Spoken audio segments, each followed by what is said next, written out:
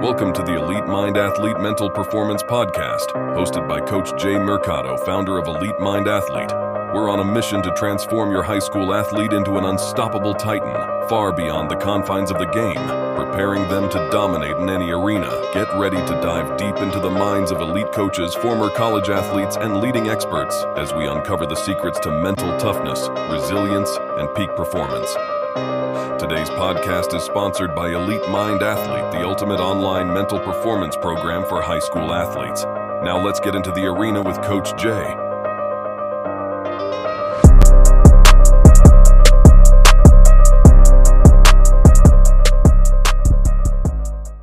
What's up, everyone, and thanks for tuning in to Elite Mind Athlete Mental Performance Podcast. I'm your host, Coach Jay, and I am on a mission to impact as many high school athletes as possible, become physically, mentally, and emotionally more resilient, not just to dominate in their sport, but to be able to extract the lessons so that way they can dominate in life at the next level. And in order for us to do that, we got to be able to impact their ecosystem, the people that surround them the most, their parents, their coaches, their private coaches. And today, helping me do that is Mr. Clint Jones, ex-collegiate athlete, fellow entrepreneur, and a father of 6. My man, thank you for being here. I appreciate you. Yeah, 6, man. It's real. 6 kids. Yeah. You're Youngest a is superhero, 15, brother. oldest is 27. You're a superhero, man. Being an entrepreneur, first of all, that's an elite athlete by itself, right? That's still practicing elite skills, elite mindset. And for you to do that and maintain and grow a family of 6, man, that is insane. And keep your physique. Like, dude, people are not able to see you right now. You're a pretty big guy. How tall are you? About 6 foot. You're about 6 foot. How much you weigh? 230. 230. And you got some abs popping, right? I'm all right right now. You're all right now. Yeah. Well, hey, man, I appreciate you being here. What I'm trying to do is I want to give these high school athletes just a greater chance of success. 95% of them are not going to play at the next level. And that percentage is way too high, right? If 95% are struggling, they're probably going to struggle at the next level as well, whether it be life or they do get that scholarship. There's some things that we can do right now while they're in a household, in a supportive environment, and they have everything they need. We just got to give them better information, better resources. And I want to be able to talk about your journey as a high school athlete. What kind of athlete were you? What sports did you play? And did you struggle at any of those sports? So in high school, I was a 3-sport athlete all the way through till my junior year, pretty much. Basketball, football, track. Believe it or not, I'm built for football, but my favorite sport was basketball. That was my passion. My son is actually built for it. He's 6'3". He's got the body for it now. I didn't have that, but that was my favorite sport. Got you. I mean, go ahead. So did you have any parents, or were both parents involved during this time phase while you were playing sports? Well, my mom and dad, yeah, both were involved. My dad was really the worker, believe it or not, I didn't know at the time, but my dad would show up at my games, he'd be in the crowd. He basically put people in my place in my life to make sure I was taken care of as far as coaches and mentors and things of that nature. But he put them in my place while he could work and I'd be taken care of. So yeah, I got you. I knew that. I found that out as a grown-up. Oh, yeah. The appreciation, right? Yeah, for sure. Behind the scenes, exactly. As a kid, I mean, it used to bother me, it's pissed me off, but as an adult, when I found out, it kind of hurt, hit my heart. Your man was there. Yeah, he was there in the crowd. People told me about it. For sure. Now, just now, is your parents any of them elite athletes, ex-collegiate athletes? I mean, former athletes. My mom played basketball. My dad played football. But no college. No college. Okay. Usually, I ask that question because your level of exposure will determine the level of success. So, if somebody in your family made it at the next level, then chances are they're going to speak that language. They're going to set those standards. And so that's going to become the new norm, giving you a great opportunity at making it at that next level. So you had no exposure of high level, next level sports inside of you, right? Your environment. No, okay. For sure. All right. Now, that's one thing I really wish I had, for sure. Oh, absolutely. Exposure. Absolutely. So you're talking about the coaches. Now, your junior year, what made you decide just to choose one sport? And I'm gonna tell you that one thing, looking back on that, I wish I didn't. But pressure from the coaches. Like that pressure of, hey, this is your sport. You're built for this. You're getting recruited for this. This is what you should do. You know, I love basketball. I love track. And I did everything until my junior year. But it was like, you're getting recruited for football. So don't waste your time in those other things. Focus on this. And I had a full off season. I mean, I got better, but at the same time, I enjoyed those other sports. You know, they made me happy. I felt more like I was a better athlete with those other sports being participated in. So Yeah. I wouldn't, if Now, I could go back, I wouldn't have gave up on them. question, were you good at any of those other sports? Or was that Yeah, just I mean, something that you I liked? was starting in everything. Yeah. Okay. I would have, if I would participate, I would have been on varsity in every single one of them for sure. Okay. All right. So I'm thinking, those are those parents just kind of guide you like, hey, maybe you're not cut out for basketball. You're second string. You may love it more, but your second string, maybe your genetics isn't serving you well in basketball. Yeah. So I can kind of see why maybe they're forcing someone who is maybe built more for football. And as a high school athlete, you don't see these things, right? Mhm. You just see what Yeah. you like and what you're good at, but you're not looking down the line, what's going to give you that greater probability. But if the child wants to play all, right, and they want to go for it all, then let them go for it all, right? Yeah, for sure. If they know how to put in the work, they're going to win anywhere. Yeah. And I mean, when I say that, I wish I would have done all three. It was just, I feel like mentally and physically, it gave me a break from certain things. You know, Yeah. being just in football year round, I didn't have that mental break, you know? It was Yeah. just that, and then you get to college and it's just that. What'd you So play? What's position? fullback and running back. Oh, okay, Yeah. okay. Yeah. So Now, pounding. Yeah. yeah. Hitting a How brick early did wall. you start? How early did you start As far as playing football, football? Yeah. 8 years old. No, Yeah. 6, 7. Pee wee. Pee-wee. Yeah. Yeah. Thankfully, you played all the sports, right? You just didn't drill. They didn't ball at you, right? No, no, they let me play anything. Pretty much That's whatever I wanted to. that's huge. Yeah. I'm glad to those parents that let those kids play multi-sports because that actually gives them a greater increase of, making it at that next level because all the behavior patterns that they're moving, they become better athletes Yeah. overall. Yeah. All right. So Yeah. you're football, you were junior year. How did you get recruited? So, and that's one thing with as far as that switch, when I went to just football, that's what it was. Football, it was football, church, and I had a girlfriend at the time, but that was my focus. It was like that circle, football, church, my girlfriend. I didn't party. I didn't do anything outside of that's what it was. If anything, I went to the movies maybe, Yeah. but that Now, was my focus, what inspired that? What reinforced that? I told myself I wanted to get to the next level, and then after that, I wanted to get to the next level, All like right. Well, that's college super and then rare. league. Yeah. Super rare because these days, you do what socially is normal, which is be a high school student, right? If you get caught with the majority, you're the average of the 5 people you hang out with. Yeah. And most high school athletes, what I've seen currently, they're not really motivated by anything else. They're more on video games, they're more on girlfriends, they're more on trying to make quick money, and they rely purely off talent, right? Yeah. And thankfully for you, you may not have those distractions now that our high school students have now.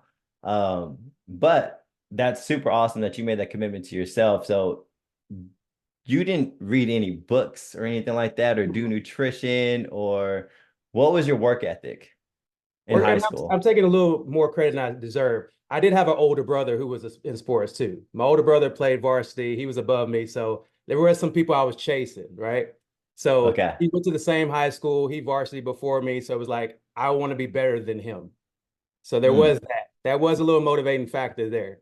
Man, that's So all you need. That's that's all all I you needed to be need. better than my brother, right? He had Yeah. a certain plaque on the wall. I want to have a plaque on the wall, but I want to do more. So that was my Yeah. motivation. So there was 4 boys. So Yeah. yeah, that was my motivation to be the best in the house. Man, the number one rule in high performance is you use what you got, right? Mhm. If that's the motivation, we're going to use it until that thing dies out till we find something else. All right. So you had an older brother. Did he play college sports? He went to Midwestern State. Yeah, he played football. He's Okay. lucky. So So you're just chasing him down, huh? yeah. So believe it or not, I say I'm 6 foot 230. I'm one of the smaller in my family. Oh, Yeah. dang. When we went on Okay. road trips, we're in a Toyota Corolla. I was sitting in the middle, I like see that 4 boys almost in the as a back. good thing. Yeah. My brothers, they didn't mess around. They used to sit at like arms spread out, eating burgers, Yeah. so yeah, Yeah. the bullying was real. Were you the baby?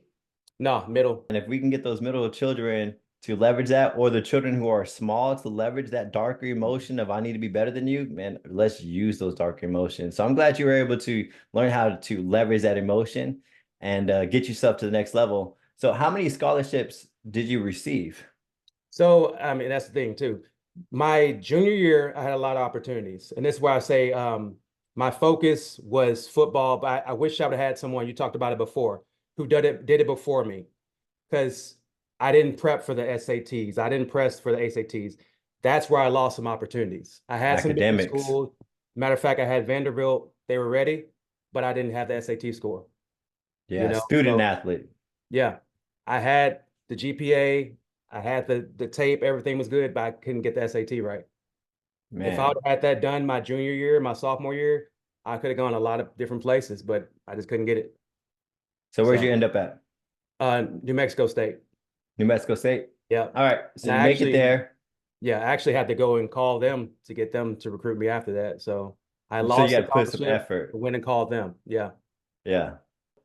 You made it. You were the 5% that actually get to the next level. Mhm. Now, why do you think that is? Was it pure just raw talent of you just being, were you just naturally fast, genetically gifted? Do you think that you just had some gift ability, or did you actually pour a whole lot into like skills? No, hard work, man. Like literally getting up. As far as like college transition, physically I was ready. So like my summer training and going into college, it wasn't like it was actually easier for me before I went to college. Yeah. Like the spring and the summer, what we did in college it wasn't hard for me. Yeah. Like the hard thing was the classroom stuff, the freedom of being on my own. That was the hard stuff. Oh, The physical part, as okay. far as the game, wasn't that hard. Got you. All Yeah. right. So now you're in college. What's your exposure like compared to from high school to college? What's the difference like in the sport environment? It's business. Like you're expected to be ready, you know. It doesn't matter if you're a freshman, it doesn't matter if you're a sophomore, you're expected to be ready. Like you come in, this is it. You have to be ready to go. Yeah. So that's what it is. So And at there's the high school level, what I see now, they're more lenient these days on letting these kids, hey, not show up to practice or miss a game, or hey, your grades may be like, right? But they're like the star player. So in order for them to compete, they kind of need this kid. And so the rules bend a little bit at the high school level. yeah. And and so you being at the next level, I'm glad that wasn't for you in your high school level, right? I don't think your coaches would allow that to happen these days while you were in school. So that Yeah. transition to college kind of went more smoothly. Yeah, so that's the thing. My high school program was actually probably more elite than my college program, if I would say so. Shout out Like to your high school, brother. Shout out, what high school did you go to? North Mesquite. So, and then I went to college. We actually, and I don't want to down anybody, but we had a losing program. That was hard for me. Like going from a winning program to a losing program where mentally it was hard for me to get used to losing. And Yeah. people are going out and partying after a loss. You know, Ooh. I couldn't get my head around it. So yeah, Yeah. took a while. So that's one of the struggles when you have an athlete who is always been known for winning, Mhm. right? They've been winning in their select fields, they've been winning in high school, and it's almost a double-edged sword because yeah, all that winning is great, but if you're never tested and your character's never tested, when you get hit by that, you get hit harder than most people, right? Because you don't know how to handle yourself, control your emotions, redirect, reframe, and be able to push forward because now you're taking it's like new to you. You haven't put your reps in of that Yeah. adversity. Were you Yeah, starting? yes. I mean, my freshman year, I was in the rotation. I wasn't starting, but I was definitely in the rotation. So I didn't start as a freshman. I played as a true freshman for sure. How'd that Big. feel? It was great.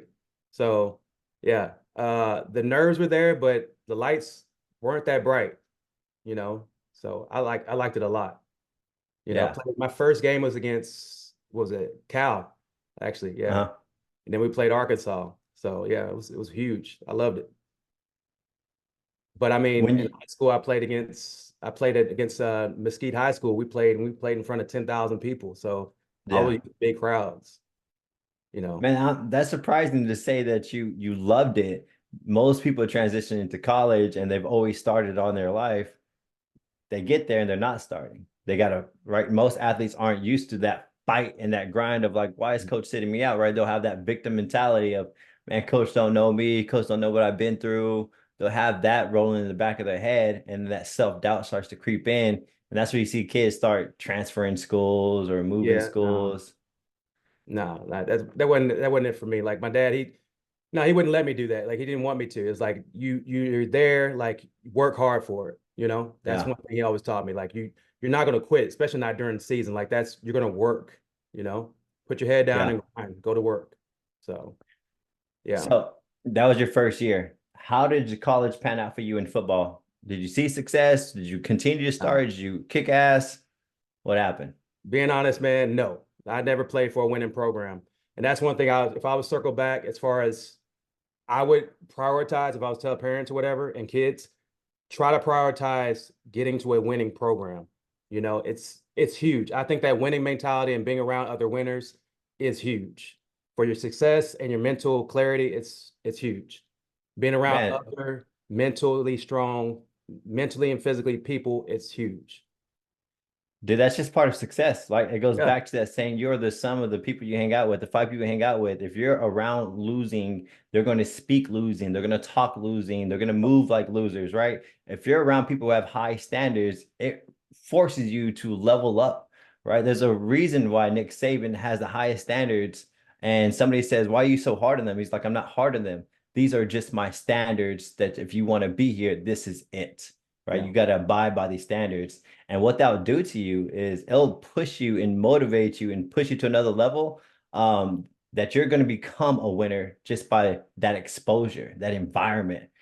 So yeah, man, that's strong. But you know what? You couldn't get there is because you didn't take your time to make sure you study the SAT, yeah. That's the thing. right? I Always didn't have find that. that route. I didn't have that guidance. But I mean, I'm not gonna put it on anybody else. But I didn't. If I'd had that guidance early on, maybe my middle school, my sophomore year, those early years of, hey, this is what you need to prioritize. Take care of this. Because I had a good GPA, but I just didn't take care of that. If Yeah. I could have had that done my sophomore year, and then everything else would have been falling in place. So Absolutely. I mean, it's good that you take ownership, but we have to understand there are limitations to ownership. If you're not have that exposure around you to guide you to that success, if nobody around you actually knows what the formula is to help you get you here, yeah, then there's going to be a slim chance you're actually going to get there. I don't care how hard you work. If you're not putting the right inputs, you're not going to get the output. I don't yeah. Because care I how mean, hard you work. my parents, they don't. I don't even know if they knew before that. Before that moment, because it was the first time. So Yeah. All right. So you notice it's not going well. Now, in your environment in college, what did you struggle with? Maybe it was in season or in sports or outside sports. What did you struggle with the most? for me, it was the freedom of being out there. Like I come from a family of six. So like I said, four boys, two parents. There's always somebody around. So being out there on my own was crazy.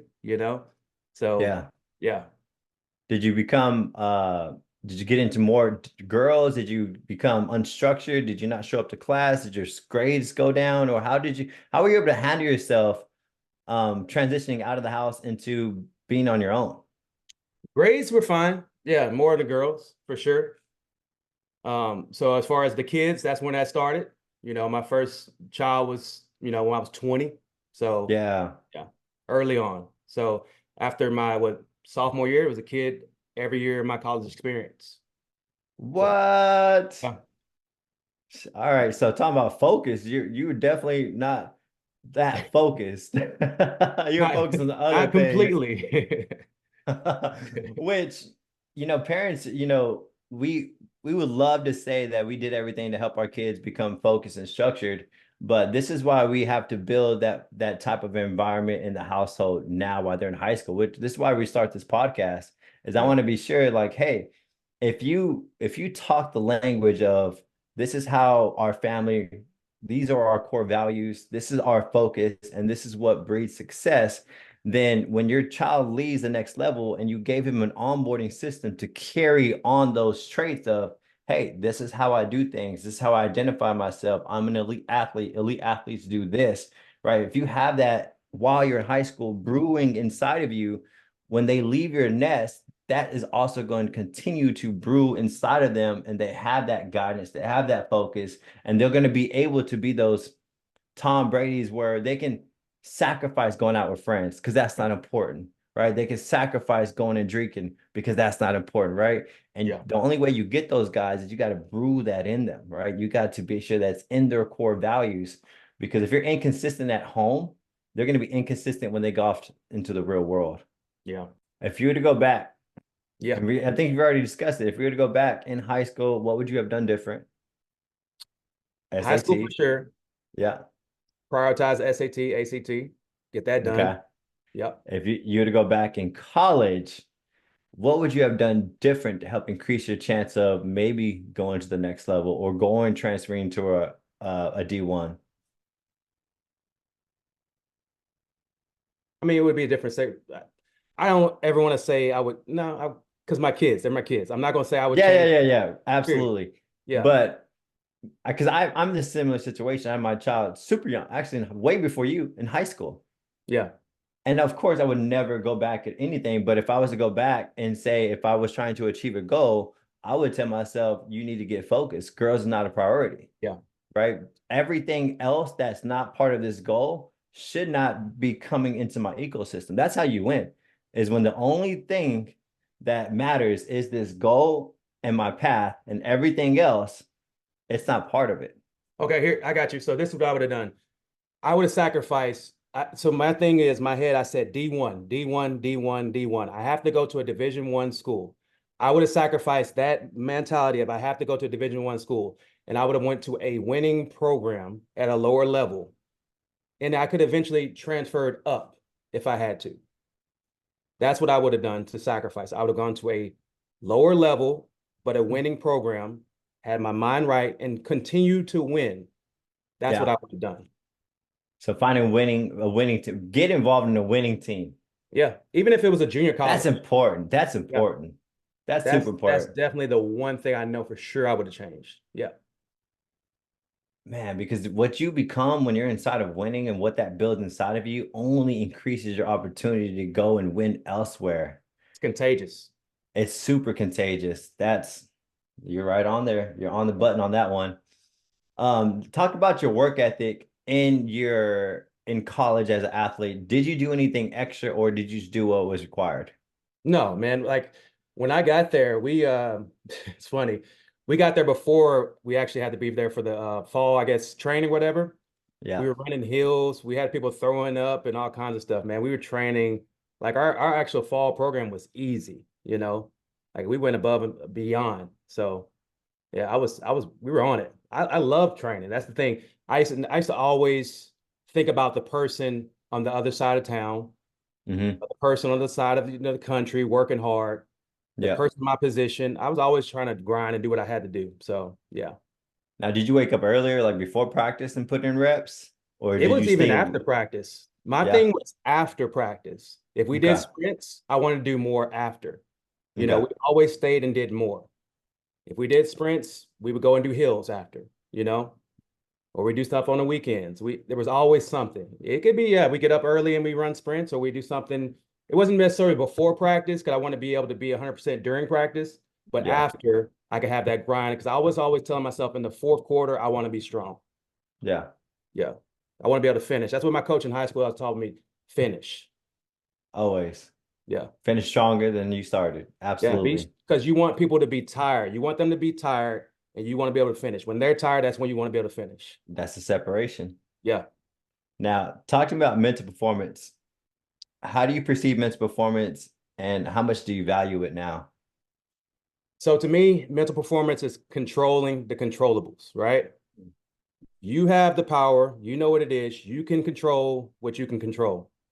Nobody can control you getting up in the morning. That's on you. Nobody can control you staying up late and doing things. That's on you. You know what I mean? Like we said, getting up and running those hills, that's on you. But like I used to see people crying and stuff like that after games. for me, I feel like if you cry after the game, it's probably because you know you didn't do as much. You know what I mean? If I could walk away with my head held high, it's because I know I did everything before that game and I'm proud. You know what I mean? Yeah. I Yeah. cried once after a game in middle school, and my coach told me to put my head up high because it was I fumbled a couple of times in that game, but he told me if it weren't for you, we wouldn't even have been in that game. You know? Yeah. So it's just preparation, man. You can control what you can control, and you know what you can control. You know it. Like there's you know that mental toughness is you know it. Like there's nothing like you know what you can control. You know it, like you know if you did that time. You know if you turned the TV off and you did those push-ups. Yeah. You know? Yeah, and it's like your coach is going to tell you to do certain things, you know, but what are you going to do outside of that? You know? Yeah. Absolutely, man. Did your program, were you guys, I know you know about mental toughness, mental resilience now, but did you know anything about it while you were in college? Did anybody speak about it? I had my uncle, my uncle, my uncle, man, he's like legendary. He used to tell the stories all the time about him, you know, he's a basketball guy. He tells about going up and touching the backboard, putting a quarter up there, turning it to $1 and all that kind of stuff. But he used to tell us about his training programs and stuff. So he used to just put that in our heads about, you know, going above and beyond and doing extra things. Like, you know, you got to do this with jump ropes. You got to do this for you. Like basketball, I told you about basketball. Like I was 6 foot, but I always wanted to dunk. So he used to tell me, hey, man, you got to do this. This is the program you have to do. You have to do this. Like you're not tall, but you can dunk if you want to dunk. You just have to get on this program. So I think I started that in like 7th grade, you know, and then I started doing high jump in 7th grade in middle school. So it was a goal for me and I started working on it. But I was also like working at night. My brother played basketball. We played until, you know, the light came on, you know, we worked on stuff. So older brothers help, but yeah, those goals, I told you, I'm chasing the older brothers for sure. But I was just gonna say, man, chasing somebody, you know, people always say, hey, focus on yourself, right? There's a quote, I think it's somebody, it's usually some kind of elite player, usually a GOAT will say, I don't compete with nobody but myself. Mm-hmm. And I don't believe in that. I believe there's levels to that mindset because at the Okay. very beginning, if you compete with yourself, dude, you're not good at the very beginning. You're not. You need somebody to chase. You need somebody to push you harder. And then as you're leveling up, the only reason why the elite people or the GOATs say I only compete with myself is because there's nobody else to compete with. They are the best. Yeah. So there's like an evolution to get to that type of mindset. And so for you to say, you know, damn right, I wanted to crush my brothers. I love it, right? You use what you got. And so I love that aspect of it. I want to transition a little bit about you becoming a father Okay. and you actually, you know, making it to college and you start having kids. Where's that fine line between you playing as coach or dad? Like, what's your experience with helping your kids play sports and going off to college? Do you have any kids right now? Because I know you have older kids who played collegiate sports. No. So my son, you know, he's in high school. He's going to be a junior now. Basketball. So as far as I have to kind of remove myself as a former athlete with this, you know? So I always want to like dig into him like with everything, but it's like I have to be a father and just support him on a lot of things, but at the same time, you know, I know what I can do with certain things, but it's like I have to support him and just ask him, hey, what do you need? You know, Yeah, that's that's the most big. important thing I think I can tell him is say, what do you need? What do you need help with? What can I do? You know? And I've been learning Now, that a lot lately is like, what can I help with? yeah. Yeah. How'd you learn this? Did you learn it from not asking those questions with your other kids? Yeah. Yeah. Trial and error. Trial and error. Yeah, for sure. Yeah. And It's, it's so funny because my son, we butt heads because probably we're so similar.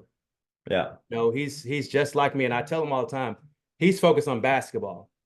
Um, I would love for him to try different things. And it doesn't have to be different sports. It could be drama, it can be singing, whatever. I just want him to try different things. I don't want to have his eggs in all in one basket.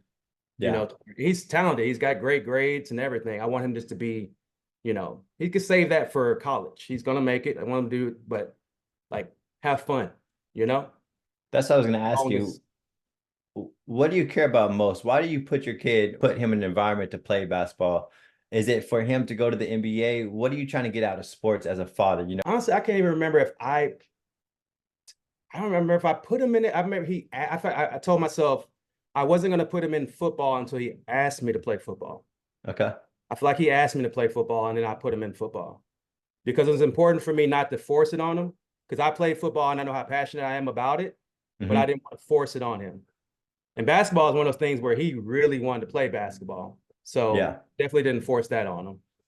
Yeah, we have a culture where we force sports. Like Yeah. I'm all about sports. I'm all about trying to learn the lessons, extract the lessons, and help them achieve that ultimate kid dream of one day going pro, right? Almost every kid.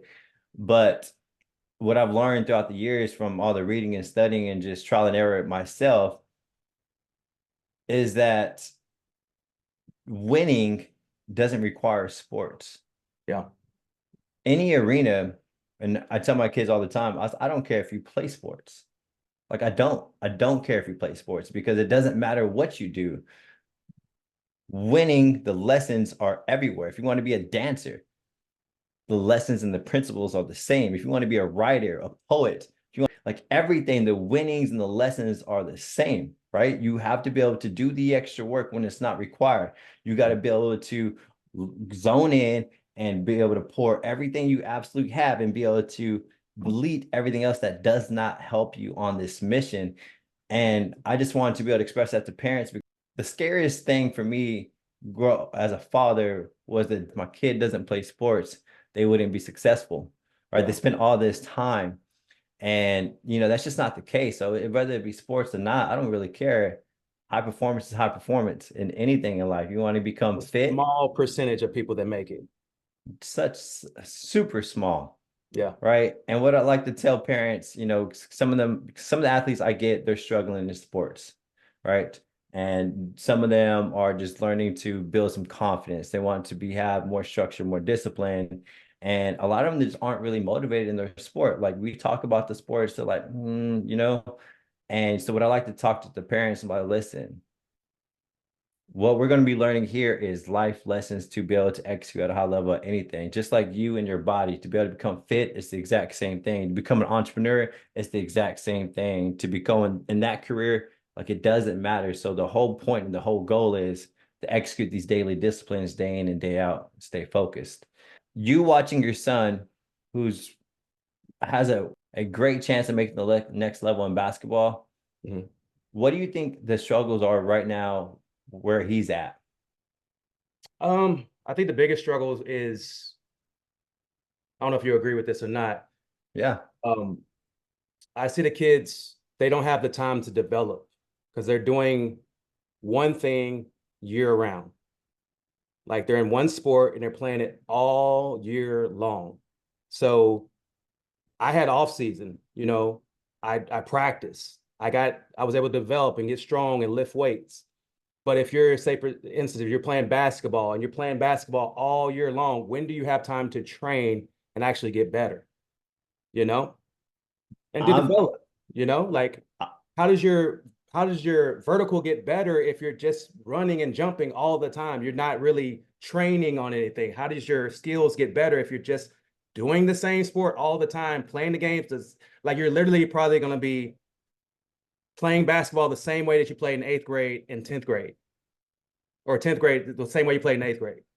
Like it's you have to it's have a time to develop. it's a controversial topic. I've actually seen this on some threads, and I've seen 50-50 of people like, no, they need game experience, they need to gain that exposure, they need to gain that. And I'm actually on the opposite end. I wanted to write an article how playing year round is going to be detrimental to your performance and to you making gains because the gains are made behind the scenes when you're not playing. Yeah. The gains are made is when you are intentionally with your practice. I am going to dribble. If you're not good on your left hand, and you're not good on your left hand, the only way you're not going to get good playing with your left hand in the game, you're going to be sorry. Yeah. You get good in your practice where you're intentional. You have intentional drills that are going to make your left hand extremely better. If you're not good from the 3-point line, then you got to be intentional in your practice where I'm going to shoot X amount of balls for this times and this times per day, per week, and it's going to equal this many shots per month. And it's really getting deep. It's like fitness and nutrition. We got to be able to get a game plan going behind the scenes, right? And we got to see progress. So that way, when you get to your game, when you get to your season, you're a whole new person, right? So it kills me because what they say is you're not going to get that game speed. I'm like, no, you practice the way you play. Yeah. So you're telling me you practice weak. You're not really practicing if you're just sitting there and taking your time on the shot. Nah, bro, you practice game speed, right? You already prep yourself mentally to get there. I want to talk about what you know now as an entrepreneur, because I know entrepreneurship is just a mask of just personal development, right? You have to personal develop to become an entrepreneur and to stay an entrepreneur. And so what do you do now for mental performance? You being an entrepreneur, a father, what do you do now to be able to maintain that kind of high performance in your lifestyle? It's basically habits, man. I try to stay focused on trying to do the same thing most days. My routine is similar on every other day, mostly, unless the kids get involved, or they have a day off or something crazy like that. But Yeah. for the most part, I try to stay on a routine, It helps me a lot. What's that But routine look like? for me, it could be getting up, going to work. But after I drop the kids off, podcasts in my ears, going for a walk, clearing my head, and then, starting my day with a workout and then getting to work, you know. But that routine pretty much sets me up and gets my day going. So, Daily disciplines, yeah. process. It's your process. What books, if any, would you recommend coaches, parents, or athletes that have impacted you the most? Atomic Habits for sure. Yeah. That's a massive one. I can give athletes, I can give adults, and you being a coach as well, we can give them the best game plan in the world. But if you don't know how to execute, create new habits and make them stick, it doesn't matter what I give you. Yeah. If you cannot consistently show up and put these daily disciplines and these new habits into play, it doesn't matter. So I would recommend everyone, every human being on this earth, before they go out on trying to achieve anything, you probably need to read Atomic Habits, because you got to be able to put these habits into play and keep them in play. Everybody can do anything for 6 weeks. Every single year, 90% of everyone fails at their goals. 90% or more fail at their goals. Why? Is because they can't keep their habits, man. And it's just steady, slow and steady. Yeah. All right. If you can give a nugget to either a parent, coach, or high school athletes on something that they could take and run with today, what would be your nugget? What would be my nugget? For sure, as far as let these kids have fun. Like, let them have fun. Give them an opportunity to have fun. They're going to have business when they get to the next level. But while they're in high school, let them have some fun. Let them try some things. Let them make mistakes. That's one thing you talk about with my son. I learned, let him have fun. When he gets in the car, let him breathe. If he wants to vent, let him vent. But ask him how it went. Don't get in the car and then automatically start, you could have did this, you could have did this, you could have did this. Let him have fun. Let him tell you how it went, or him or her, let him tell you how it went. But your job is to support them and let them have fun. If they make it to the next level, great, but they may not ever get to the next level. And then what? How would you experience if they don't get to the next level? You just basically ruined it by making it a business in high school. Man, that's good. Let them have fun. What I get from what you just said, I need to rephrase it or let everybody know and say it again, is let them feel the consequence. Yeah. Right now we have helicopter parents, and dads are a big one on this, because they don't think they're helicoptering their kid because they're forcing them to work hard. but that's actually being a helicopter parent, because you're forcing your kid to do all this work so that way he doesn't feel the pain of not making the team. You're forcing this kid to do all the work so that way he doesn't have the pain to not perform well. You're forcing him to do all this. That's helicopter. You're never giving him the opportunity to fail, right? And in order to learn, they have to feel the consequence. They have to. That's where the learning begins. If they're always relied on daddy to yell at them, to make them do something, well, you know what? At the next level, daddy's not going to be there. Yeah. It's funny you said that, because it just popped in my head. I used to be that coach from the sideline in the bleachers, and telling my son, hey, you got this, do this, do this, do this. And he couldn't focus on what his coach was saying because he was listening to me. And you shouldn't be that parent. Like, let the coach or put him on a different team. Yeah. Like, why is he on that team if you're not going to let the coach coach? Yes. And so my oldest son, when he was in high school, he decided he wanted to just play basketball. It's very hard for me to sit in the stands of hearing all these parents criticize their kids out loud. Yeah. And the poor kids, dude, and this was a basketball game, so the kids aren't far away. They're not like out there in the football field where you're like zoned in. This is basketball. The kid can hear you. And so I remember this one dad, this kid was their top player, and he was just having a bad game, man. Every shot this kid made, his dad said something to him. And the worst part is, every shot this kid missed, he would automatically look at the stands for his dad's approval. Wow. Every shot he would look. And I was like, oh, man, bro, at this point, there ain't nothing you can do or say to help this kid out. Wow. He's trying to make dad happy. It's not happening. Dad has this face on, and I'm like, that poor kid, man, right? You're his crutch. Like, Yeah. He needs you, Yeah. And as my father, my dad was never that dad yelling, giving me that talk in the car. He was just always happy. You did great, son. Even when I didn't do good, you did great, son. That's all he would say. He would, and I would thank him for that, because he gave me the courage to go fuck up. Yeah. I was never trigger shy. Basketball was my sport. I was never trigger shy. Why? Because my dad didn't care if I missed 20. Go for it. He was, yeah. And so it gave me the courage. And I think that's why who I am today. I'm not trigger shy at anything I do. I have an idea, I'm gonna go for it. Why? Because my dad just always was like, go for it. What's the Miss word? it. Go for it. And one of the worst things I did for my son was I criticized. He became trigger shy, made more mistakes. Now he's more pressure. And so all the learning and behavior change as a parent, we all need to evolve. And so, man, what you said spoke volumes. I appreciate you, Clint, for being here. I'm excited to go on this journey with your son, to give him that structure, to give him that accountability, so that way it's a little less off you. At the end of the day, they don't always want to hear it from their dad, regardless how much of a superhero you look like. Oh man, come on. And so, man, it's a privilege to be able to be on to be able to coach him behind the scenes and put those structures and systems in place for him, because he's doing phenomenal, man. He's crushing the program right now. Sure. And I appreciate you, brother. I just want to tell you, like, he brags on you all the time. He calls your program his edge right now, so that's Hey, what man, he's talking about it, It is the edge. If anybody is willing to do the unrequired work when it's not required, that's the edge. That's over preparation. That builds confidence, and that builds resilience.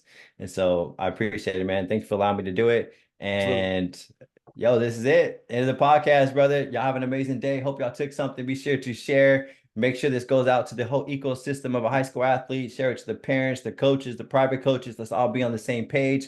That way we can be moving in the right direction, give them a greater chance at success. I'll see y'all later. All right. Thank you, brother.